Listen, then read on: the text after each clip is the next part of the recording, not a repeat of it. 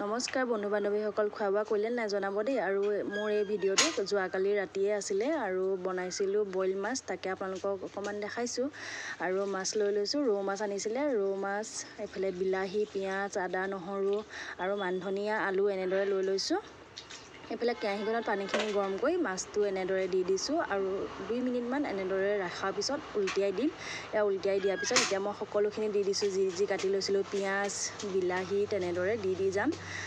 আৰু জলকীয়া ব্যৱহাৰ কৰিছোঁ, জ্বলা হ'লেহে খাই ভাল লাগিব নহয় জানো। বইলখনত জ্বলা দি দিছোঁ, বিন জলকীয়া অকণমান আৰু পাতি জলকীয়া আছিল তেনে দি দিছোঁ আৰু লগতে নিমখ জোখমতে দি দিছোঁ। এইখিনি এতিয়া অকণমান অলপ টাইম সিজিবলৈ দিম আৰু এতিয়া ওপৰতে আদা নহৰু দি দিছোঁ। এইখিনি এতিয়া ধুনীয়াকৈ সিজিবলৈ দিম আৰু অলপ টাইম সিজাৰ পিছতে মই আলু স্লাইচ কৰি লৈছিলোঁ যে দি দিছোঁ। আলুখিনিও ধুনীয়াকৈ সিজিব লাগিব, যিহেতুকে মই সিজাই আছোঁ ধুনীয়াকৈ। আপোনালোকে বাৰু বইল মাছ খাই ভাল পায় নে জনাব। অলপ আলুখিনিও মোৰ ধুনীয়াকৈ সিজিছেগৈ। এতিয়া মই ইয়াতে পিঠাগুড়ি অকণমান গুলি লৈ পেলাই এনেদৰে দি দিছোঁ, তেতিয়া ডাঠ হৈ যাব আঞ্জাখন।